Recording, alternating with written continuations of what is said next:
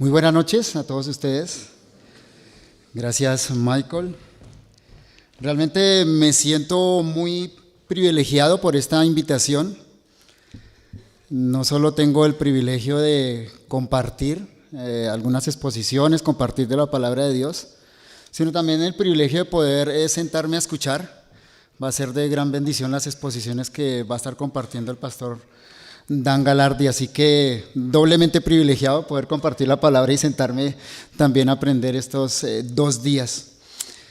Y bueno, como acaba de presentar Michael, en esta noche en primer lugar queremos hablar de qué es el Evangelio.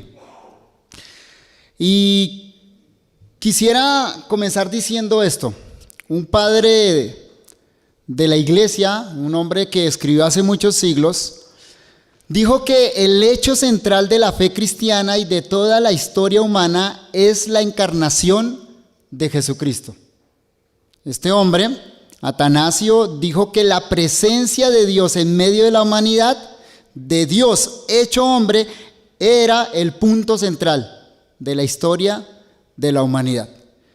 Y cuenta un historiador que Atanasio comparaba esta venida de Dios en su Hijo Jesucristo a la visita de un emperador en una ciudad. Decía él que un emperador decide visitar una ciudad y la toma por residencia. Vive en una de las casas de esta ciudad. El resultado es que no solo esa casa, sino la ciudad entera recibe un honor y una protección especial por la presencia del emperador, allí en medio. De tal manera que los bandidos no se atreven a atacarla. De igual modo, continúa diciendo Atanasio, el monarca del universo ha venido a visitar nuestra ciudad humana, viviendo en una de nuestras casas, y gracias a su presencia en Jesús, todos nosotros quedamos protegidos de los ataques y artimañas del maligno. Ahora, en virtud de esa visita de Dios en Jesucristo, somos libres para llegar a ser lo que Dios quiere que seamos. Hermanos, creo que todos estamos conscientes de la importancia del Evangelio. Y Evangelio es una palabra que ha llegado a ser muy común. Bueno, pensamos especialmente en el apóstol Pablo diciendo que el Evangelio es el poder de Dios para salvación. Pero en realidad, cuando pensamos en qué es el Evangelio, vamos a ver que la palabra y el concepto en nuestros días ha llegado a ser muy ordinario y muy común. Por ejemplo, evangélico es una palabra que hoy en día se utiliza para referirse, podríamos decirlo, a toda persona que lleva una Biblia debajo del brazo, ¿o no? ¿Ven a alguien en la calle, lleva una Biblia y qué dicen las personas? Ese es un evangélico. ¿Notan el uso tan ordinario de la palabra? Tan común, tan ya diluido. Hoy en día se habla de diferentes evangelios, utilizando esta importante palabra para describir y no para asignar algo. Por ejemplo, hoy en día se escucha acerca del evangelio de la prosperidad. Se escucha acerca del evangelio de la liberación. Y también se creó un término despectivo con la palabra evangelio. Y es la palabra evangelicalismo. No sé si usted la ha escuchado, pero evangelicalismo es una palabra que señala al grueso de iglesias cristianas, sin distinción alguna. Y en algunos contextos incluso se utiliza despectivamente. Y eso, creo, es lamentable. Nos muestra, de hecho, cuán diluido está el concepto del evangelio. Y aunque hablamos mucho, utilizamos mucho esa palabra, en realidad el concepto ha caído en un gran deterioro. Es claro entonces que nosotros necesitamos definir evangelio para que todos hablemos el mismo lenguaje. El asunto, en primera instancia, es que el evangelio no es de origen humano, tal y como la Biblia misma lo define. El evangelio no es de origen humano, por lo tanto, en primera instancia deberíamos decir que es el evangelio de Dios. Y eso, por supuesto, de paso quiere decir que el único con autoridad para definir qué es el evangelio es Dios. Noten, por ejemplo, Gálatas capítulo 1.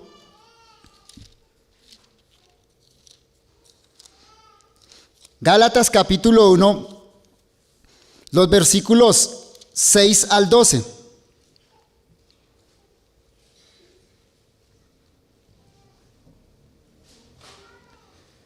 Gálatas capítulo 1, versículos 6 al 12. El apóstol Pablo dice: estoy maravillado de que tan pronto os hayáis alejado del que os llamó por la gracia de Cristo para seguir un evangelio diferente. Bueno, y él tiene el cuidado de decir lo siguiente: no que haya otro, sino que hay algunos que os perturban y quieren pervertir el evangelio de Cristo. Mas si aún nosotros o un ángel del cielo os anunciare otro evangelio diferente del que os hemos anunciado, sea anatema. Como antes hemos dicho, también ahora lo repito: si alguno os predica diferente evangelio del que habéis recibido, sea anatema. Pues busco ahora el favor de los hombres o el de Dios, o trato de agradar a los hombres. Pues si todavía agradara a los hombres, no sería siervo de Cristo. Mas os hago saber, hermanos, termina Pablo diciendo esto, que el evangelio anunciado por mí no es según hombre, pues yo ni lo recibí ni lo aprendí de hombre alguno, sino por revelación de Jesucristo. Eso lo podemos comparar con lo que el mismo apóstol dice en Romanos capítulo 1, versículos 1 y 2. Allí el apóstol dice: Pablo, siervo de Jesucristo, llamado a ser apóstol, apartado para el evangelio de Dios, que él había prometido antes por sus profetas en las santas escrituras. De esta manera, si es que queremos llegar a un acuerdo de qué es el evangelio y a una definición autoritaria, Dios mismo es quien debe definir el evangelio. Y eso precisamente es lo que Dios ha hecho en las sagradas escrituras. Déjeme decir algo, como punto de partida entonces: quien define el evangelio es Dios. Y eso le pone un tono teocéntrico al evangelio, y no antropocéntrico como ha llegado a ser definido en nuestros días. ¿Me explico? En nuestros días, cuando oímos la palabra evangelio o cuando se habla de evangelio, el punto de partida es el hombre y no Dios. Es, por eso digo, antropocéntrico en nuestro contexto actual, pero la Biblia comienza diciendo que el evangelio debe ser definido teocéntricamente, es decir, comenzando por Dios. Porque Dios mismo dice que es su evangelio, es el evangelio de Dios. Hablar entonces del evangelio no es, como algunos piensan, algo sencillo. Y no me malentiendan. Por supuesto, el evangelio en sí mismo es claro y conciso. No hay que complicar el evangelio, estoy de acuerdo. El mensaje del evangelio es sencillo, es claramente entendible por todos los hombres.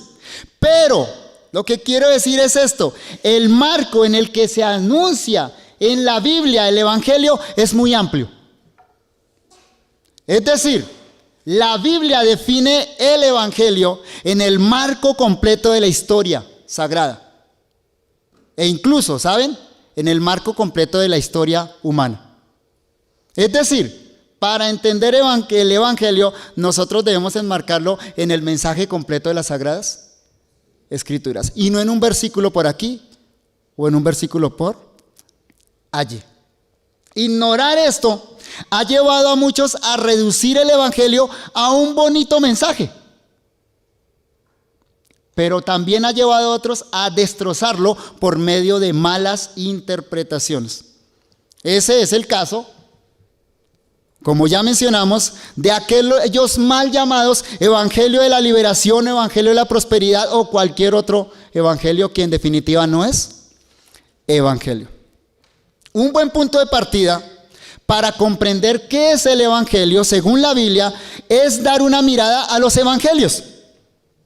Porque precisamente llevan ese nombre porque muestran el punto central del Evangelio de acuerdo al mensaje bíblico. Así nos lo indica Marcos. Miren su Biblia, Marcos capítulo 1, versículo 1, un versículo muy cortico. Pero note cómo los mismos evangelistas nos van dando un marco acerca del Evangelio. Marcos capítulo 1, versículo 1.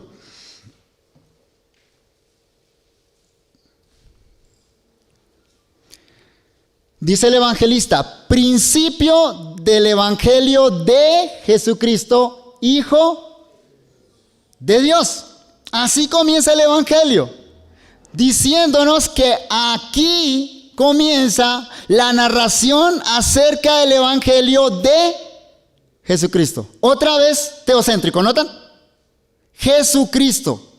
Y claro, aclara. Coloca ahí un punto seguido, una aclaración, una nota donde afirma que Jesucristo es el Hijo de Dios. Entonces, ¿el Evangelio tiene que ver con quién?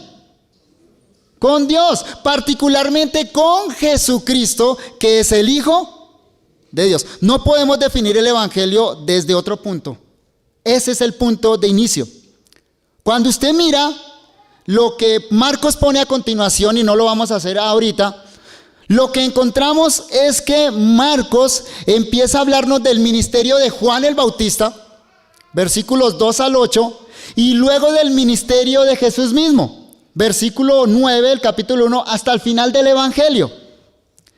De manera que es claro que el Evangelio tiene que ver con Jesucristo, que es el Hijo de Dios, y también con una visita oficial de Dios. Repito, el Evangelio tiene que ver con una visita oficial de Dios en la persona de su Hijo. Es Dios visitando a los hombres. ¿En quién? ¿O a través de quién? ¿En la persona de quién? De su propio Hijo. Miren, es una visita oficial. Y ya que es una visita oficial, requiere de un heraldo. Requiere de alguien que venga antes, prepare el camino y anuncie esa venida. Cuando digo oficial, me refiero a que esa visita es la visita de alguien con autoridad, de un rey. A eso nos referimos con una visita oficial. Por eso, Marcos comienza su evangelio diciendo que es el evangelio de Jesucristo, el Hijo de Dios, note, el Hijo de Dios, y acto seguido dice que viene un heraldo, viene alguien anunciando esa venida, preparando esa venida, para que luego sí llegue el Hijo de Dios. Este contexto real también es evidente al comienzo del Evangelio de Mateo. Observen su Biblia, Mateo capítulo 1, versículo 1. Mateo capítulo 1, versículo 1.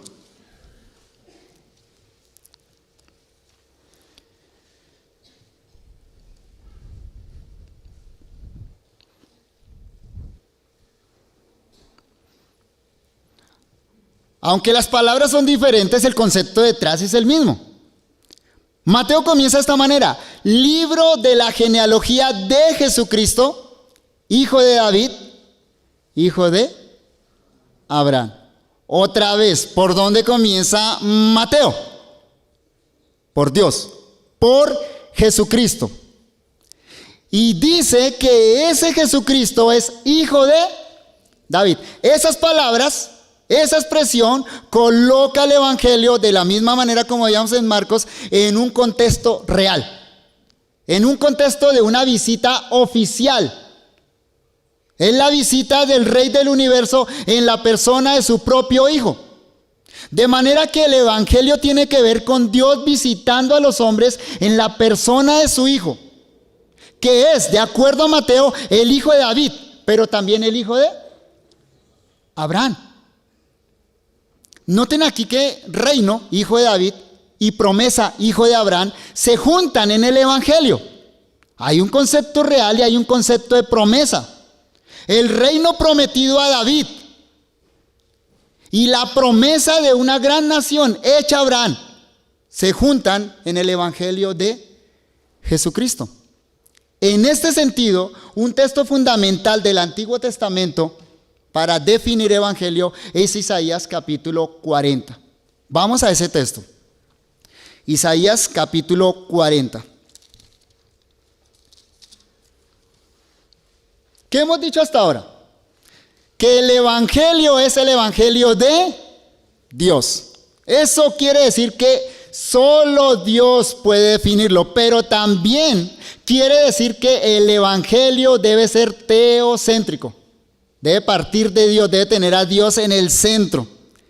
Y de acuerdo a cómo los evangelistas comienzan cada uno de sus libros, el evangelio tiene que ver con una visita oficial de Dios en la persona de su Hijo.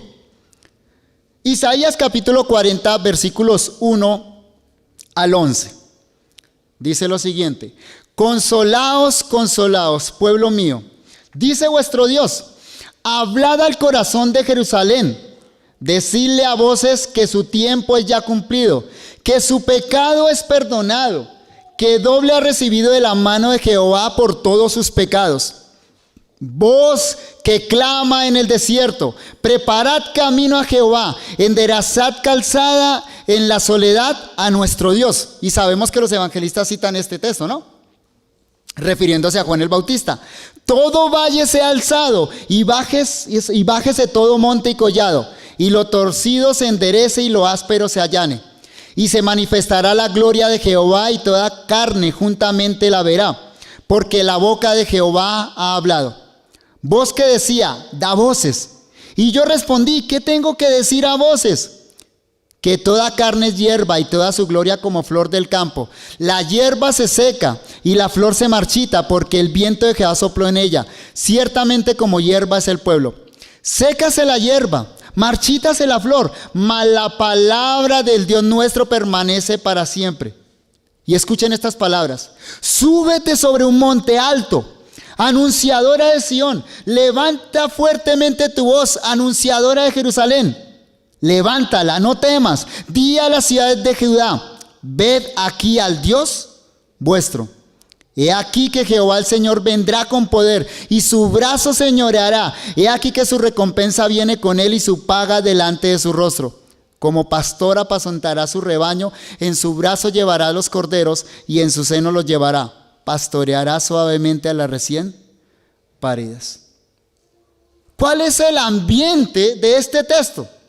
Es decir, cuando Isaías está hablando, cuando Isaías está refiriendo a esta profecía, ¿qué es lo que tiene en mente? ¿Cuál es la escena que él está formando? La escena que está formando es la venida de un rey.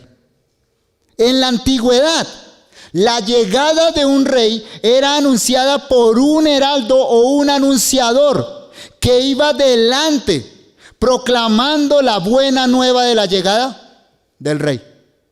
Ahora, ese rey generalmente traía regalos para sus súbditos, pero incluso en otros casos traía a sus enemigos derrotados para exhibirlos públicamente.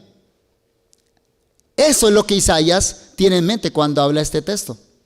Observen Isaías capítulo 52, versículos 3 al 10. En el mismo sentir, utilizando la misma figura. Otra vez Isaías entonces dice lo siguiente, Isaías capítulo 52, versículos 3 al 10. Porque así dice Jehová, de balde fuisteis vendidos, por tanto sin dinero seréis rescatados. Porque así dijo Jehová el Señor, mi pueblo descendió a Egipto en tiempo pasado para morar allá, y el asirio lo cautivó sin razón. Y ahora, ¿qué hago aquí? Dice Jehová, ya que mi pueblo es llevado injustamente. Y los que en él se enseñorean lo hacen aullar, dice Jehová. Y continuamente es blasfemado mi nombre todo el día. Por tanto, mi pueblo sabrá mi nombre por esta causa en aquel día, porque yo mismo que hablo, he aquí estaré presente.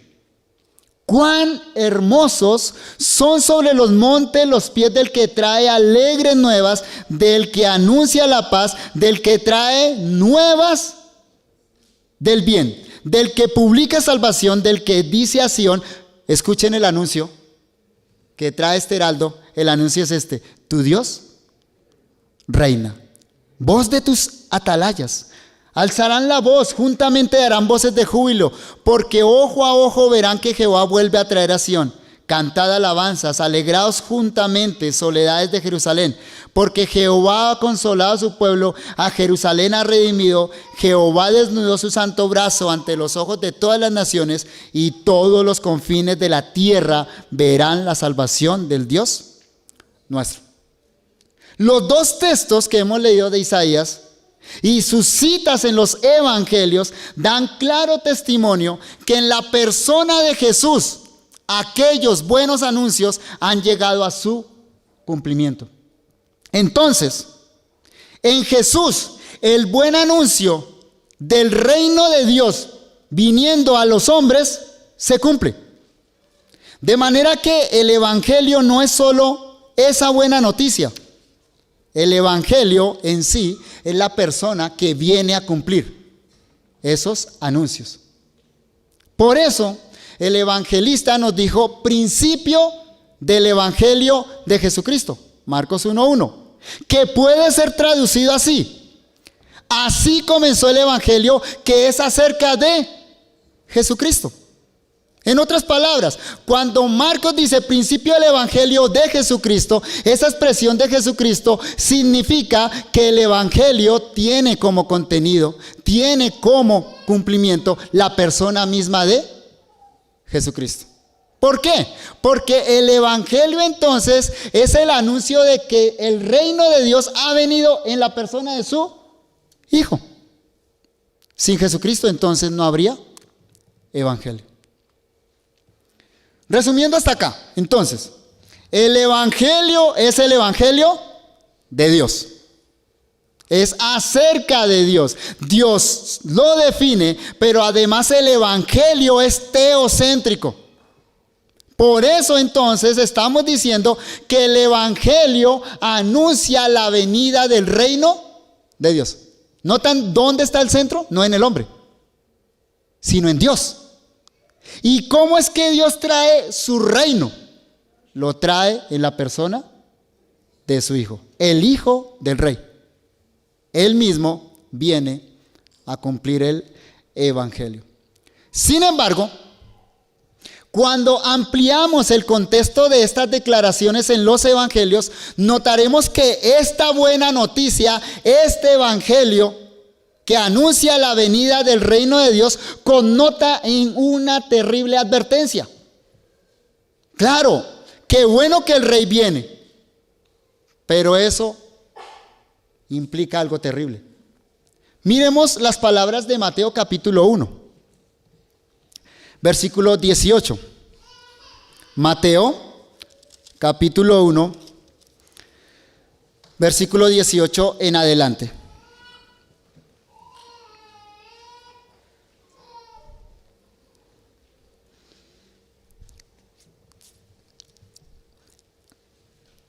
Mateo 1:18 dice: el nacimiento de Jesucristo fue así.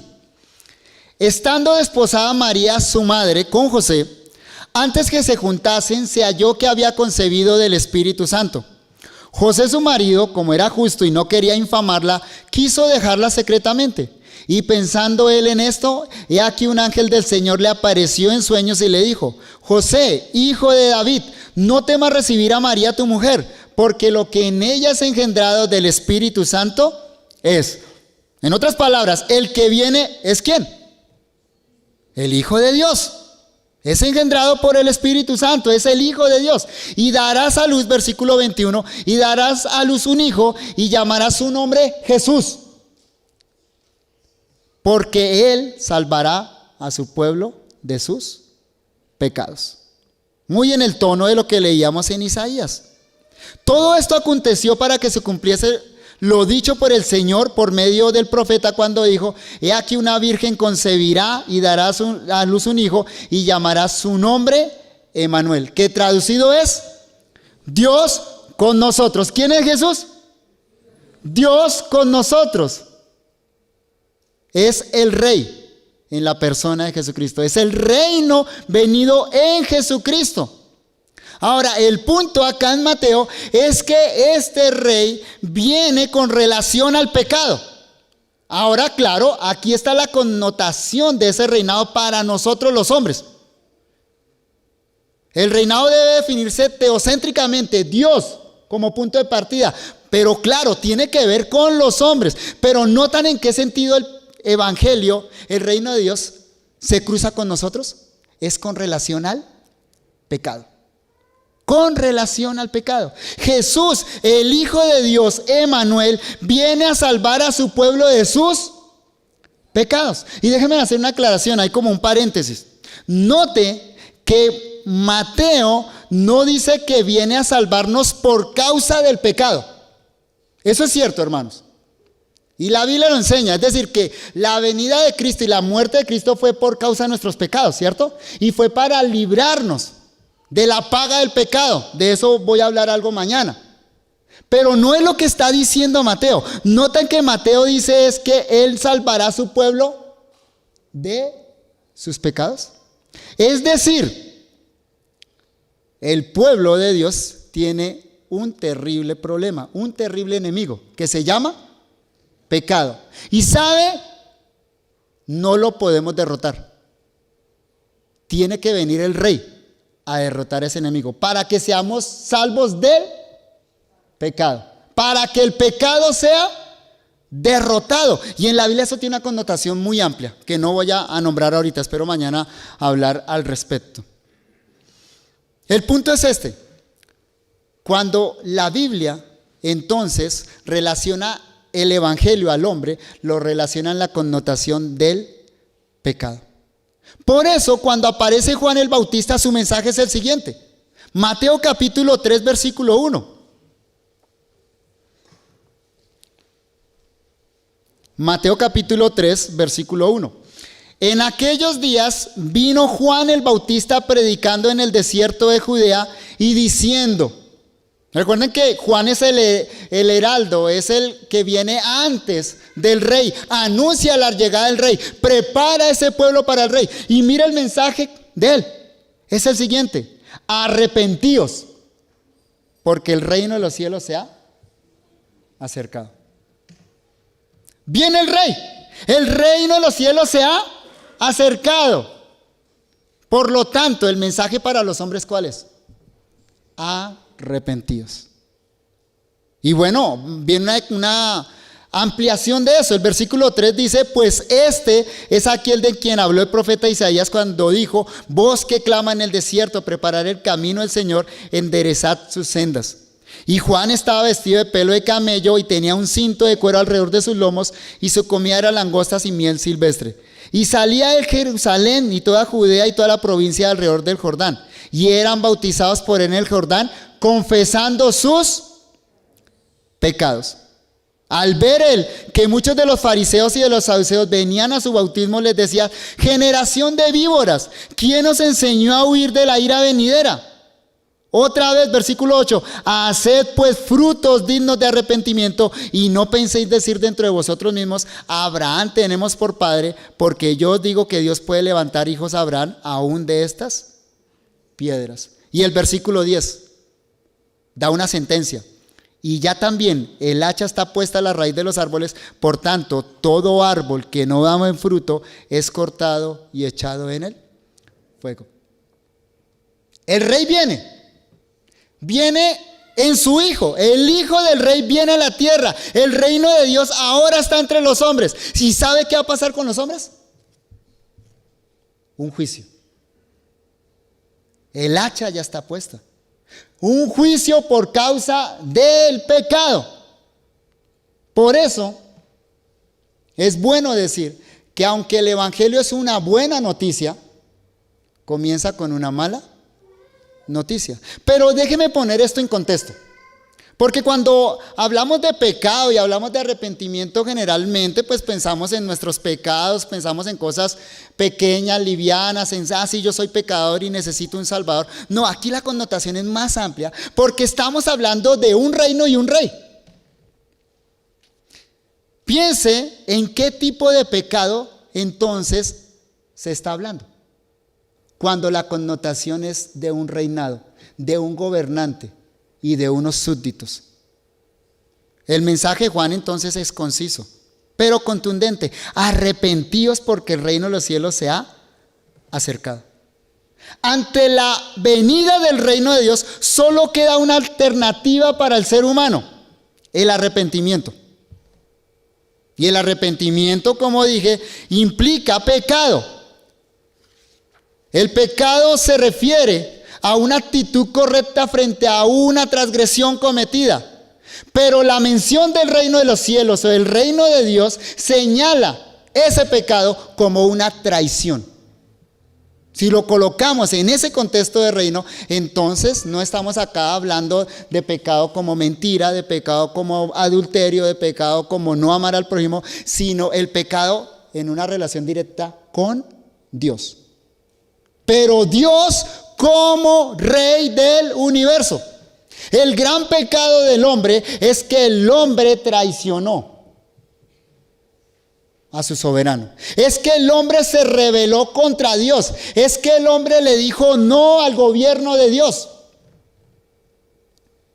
Claro, eso nos lleva a Génesis, a la rebelión de Adán. Pero ese es el estado de cada ser humano. Cada ser humano nace en rebelión contra Dios y toda nuestra vida es una vida de traición al soberano del universo. Entonces, la venida del rey no es en primera instancia un buen anuncio, no. Porque si usted ha cometido pecado de traición, cuando viene el gobernante, ¿qué va a hacer? Va a castigar la traición, como debe ser castigada, pena de muerte, pena capital. No merece nada más la traición que eso, la pena capital. En otras palabras, el evangelio es el anuncio de la venida del reino de Dios a los hombres. Eso es el evangelio. Es Dios ejerciendo su autoridad sobre sus criaturas rebeldes y demandando arrepentimiento y sumisión. ¿Nota eso? No es como algunos presentan el evangelio, que es Dios rogando que los pecadores vengan a Él. Es Dios demandando sumisión. Y si no te sometes, asume las consecuencias. Por eso el mensaje tan radical de Juan el Bautista y su correspondiente anuncio de juicio para quienes no se arrepientan. El apóstol Pablo también nos enseña que el evangelio es un mensaje autoritario que demanda obediencia. Romanos capítulo 1 versículo 5 dice esto: y por quien recibimos la gracia y el apostolado para la obediencia a la fe en todas las naciones por amor de su nombre. ¿Sabe qué demanda el evangelio? ¿O qué se debe mejor demandar cuando se predica el evangelio? Obediencia.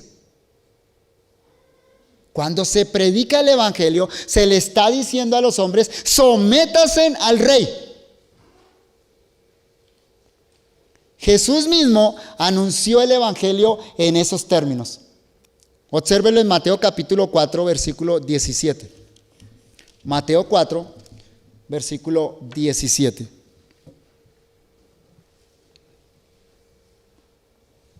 Desde entonces comenzó Jesús a predicar y a decir: arrepentíos, otra vez, arrepentíos porque el reino de los cielos se ha acercado. ¿Cuál es el mensaje? El mismo de Juan. Ya que el reino de Dios ha venido y el mismo rey está ahí presente, entonces lo único que corresponde a los hombres, ¿qué es? Arrepentimiento, sometimiento al rey. Y es interesante el contexto en el que lo pone Mateo. Observe los versículos siguientes, versículo 18. Andando Jesús junto al mar de Galilea, vio a dos hermanos, Simón, llamado Pedro, y Andrés su hermano, que echaban la red en el mar porque eran pescadores. Y les dijo: venid en pos de mí y os haré pescadores de hombres. Ellos entonces, dejando al instante las redes, le siguieron. ¿Notan eso? O sea, ¿cómo habla Jesús? ¿Jesús está rogando? ¿Jesús está pidiendo un favor? o Jesús está actuando como un rey. Da órdenes y los hombres obedecen. Aquí hay unos que obedecen, simplemente le siguen. Versículo 20, dejando la red al instante le siguieron. Versículo 21, pasando de allí vio a otros dos hermanos, Jacobo hijo de Zebedeo y Juan su hermano, en la barca con Zebedeo su padre, que remendaba sus redes, y los llamó. Y ellos, otra vez, dejando al instante la barca y a su padre, le siguieron. Pero versículo 23, y recorrió Jesús toda Galilea, enseñando en las sinagogas de ellos y predicando el evangelio del reino. El evangelio del reino, nota lo que predica Jesús, y sanando toda enfermedad y toda dolencia en el pueblo. ¿Qué está haciendo Jesús? Sí, yo sé, sanando y haciendo milagros, pero ¿qué significa eso? ¿Acaso no significa que está ejerciendo su autoridad? Aún sobre la enfermedad, aún sobre los demonios, aún sobre la creación. ¿Notan este Jesús con la autoridad que viene? O sea, cuando Jesús vino como rey, vino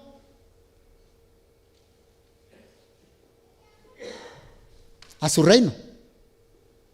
No vino a un lugar ajeno. Claro, podríamos decirlo de esta manera. La tierra es un reducto rebelde en el universo de Dios. Pero Dios no va a dejar que eso sea así. Entonces ahora viene Jesús reclamando la autoridad y el gobierno que le pertenece. Y sus milagros es una demostración de eso. Versículo 24. Y se difundió su fama por toda Siria, y le trajeron todos los que tenían dolencia, los afligidos por diversas enfermedades y tormentos, los endemoniados, lunáticos y paralíticos, y los sanó. Y le seguía mucha gente de Galilea, de Decápolis, de Jerusalén, de Judea y del otro lado del Jordán. Otra vez, ¿qué vemos aquí? Vemos a Jesús ejerciendo su autoridad real, demandando arrepentimiento, comisionando a sus heraldos, porque los apóstoles que escoge, ¿qué van a hacer posteriormente? Van a llevar ese mensaje. Son los heraldos, los proclamadores del evangelio del reino que trajo Jesucristo. Y además vemos a Jesús sometiendo toda la creación bajo sus pies. En el lenguaje del Salmo 8 y de Hebreos capítulo 2, todas las cosas las pusiste bajo sus pies. Así que no cabe duda, en la persona de Jesús el reino ya está presente. Finalmente, notemos esta tremenda advertencia de Jesús a sus contemporáneos, que también es para nosotros. Mateo capítulo 21, versículo 33.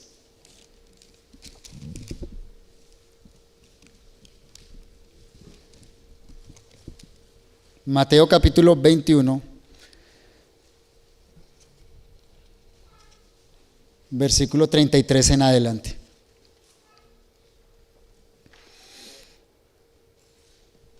Y creo que a la luz de lo que hemos considerado esta noche, esta parábola debe sonar de una manera especial en nuestros oídos. Dice Jesús, versículo 33, oíd otra parábola. Hubo un hombre, padre de familia, el cual plantó una viña, la cercó de vallado, cavó en ella un lagar, edificó una torre y la arrendó a unos labradores y se fue lejos. Y cuando se acercó el tiempo de los frutos, envió sus siervos a los labradores para que recibiesen sus frutos. Mas los labradores, tomando a los siervos, a uno golpearon, a otro mataron y a otro apedrearon. Envió de nuevo otros siervos, más que los primeros, e hicieron con ellos de la misma manera. Finalmente, les envió su hijo diciendo, tendrán respeto a mi hijo. Mas los labradores, cuando vieron al hijo, dijeron entre sí, este es el heredero, venid, matémosle y apoderémonos de su heredad. Y tomándole, le echaron fuera de la viña y le mataron. ¿A quién mataron? Al hijo del dueño. Versículo 40. Cuando venga, pues, el señor de la viña, nota el título, el señor de la viña, ¿qué hará con aquellos labradores? Le dijeron, a los malos destruirá sin misericordia y arrendará su viña a otros labradores que le paguen el fruto a su tiempo. Versículo 42, Jesús les dijo, ¿nunca leíste en las Escrituras, la piedra que desecharon los edificadores ha venido a ser cabeza del ángulo? El Señor ha hecho esto y es cosa maravillosa a nuestros ojos. Por tanto, versículo 43, os digo que el reino de Dios será quitado de vosotros y será dado a gente que produzca los frutos de él. Y el que cayere sobre esta piedra será quebrantado, y sobre quien ella cayere le desmenuzará. ¿No es acerca del reino de Dios esta parábola? ¿No es en la connotación de lo que hemos visto en el mismo Evangelio de Mateo y a la luz de otros textos de las Escrituras? ¿No es Dios visitando a los hombres en la persona de su Hijo? Sin embargo, ¿sabe qué hacen algunos hombres? Rechazan al Hijo del Rey y piensan que pueden seguir sin consecuencias. Este texto deja en claro que la venida del reino de Dios trae juicio sobre los rebeldes. Aunque Jesús dijo esta parábola contra los fariseos, en realidad señala hacia toda la raza humana, hacia cada uno de los que estamos aquí, hacia usted y hacia mí, porque cada uno de nosotros se ha rebelado contra Dios desde el principio. Y ese pecado no es pequeño. Ese pecado es un pecado de traición. ¿Contra quién? Contra el Rey del universo. Siendo así, la venida del reino debía haber traído únicamente juicio, ¿o no? Como cuenta la parábola, solo juicio. Sin embargo, sorprendentemente, esta parábola nos enseña que la venida del reino de Dios, aunque trae juicio, trae aparejada una oferta de gracia. La paradoja de la parábola es esta. Es que la muerte del Hijo no solo trae un juicio definitivo sobre los impenitentes, sobre los que no se someten. La muerte del Hijo también abre la puerta a la predicación de la gracia divina para todos aquellos que crean en ese Hijo. Porque la parábola dice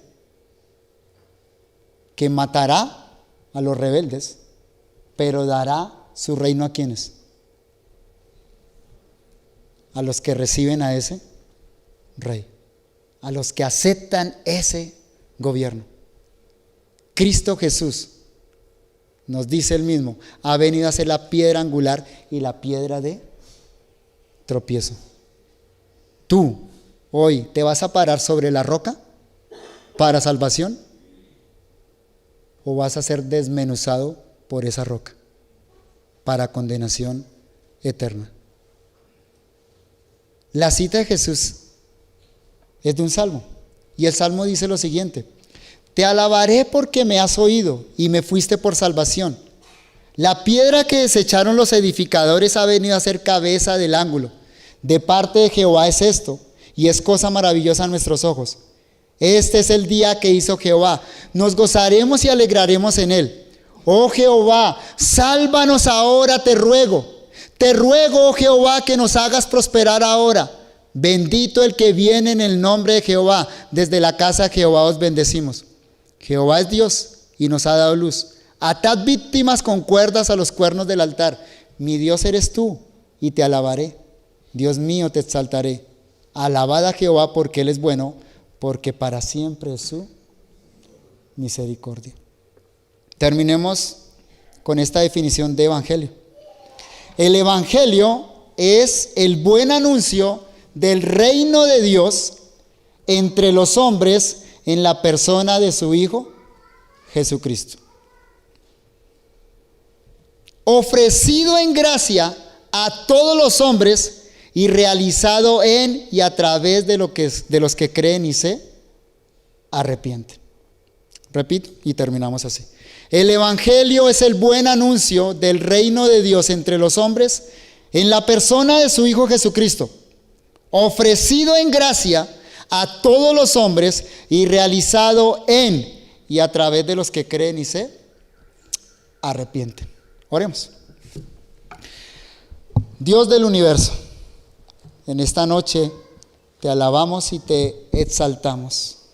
Reconocemos tu soberanía, tu gobierno, Señor. Y sobre todas las cosas reconocemos que en tu Hijo Jesucristo has venido, Señor, a establecer tu reino entre los hombres.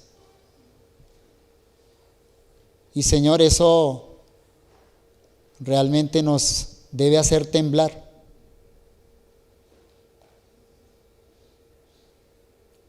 Y considerar de manera correcta nuestro pecado.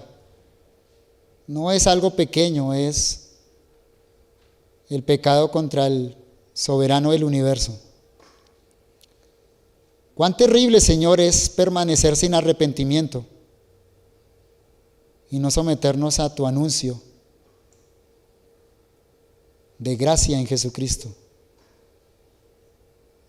Pero qué maravilloso eres, Señor, que a través de tu Hijo hoy estás ofreciendo un evangelio a todos los hombres. Y como dice el apóstol Pablo, demandando obediencia a la fe en todas las naciones. Te pedimos, Señor, que nos ayudes a tener una comprensión bíblica del evangelio, para el bien de nuestras almas, pero también, Señor, para proclamarlo de una manera bíblica, contundente, y que traiga salvación a los oyentes. En Jesús oramos. Amén. Gracias, hermanos.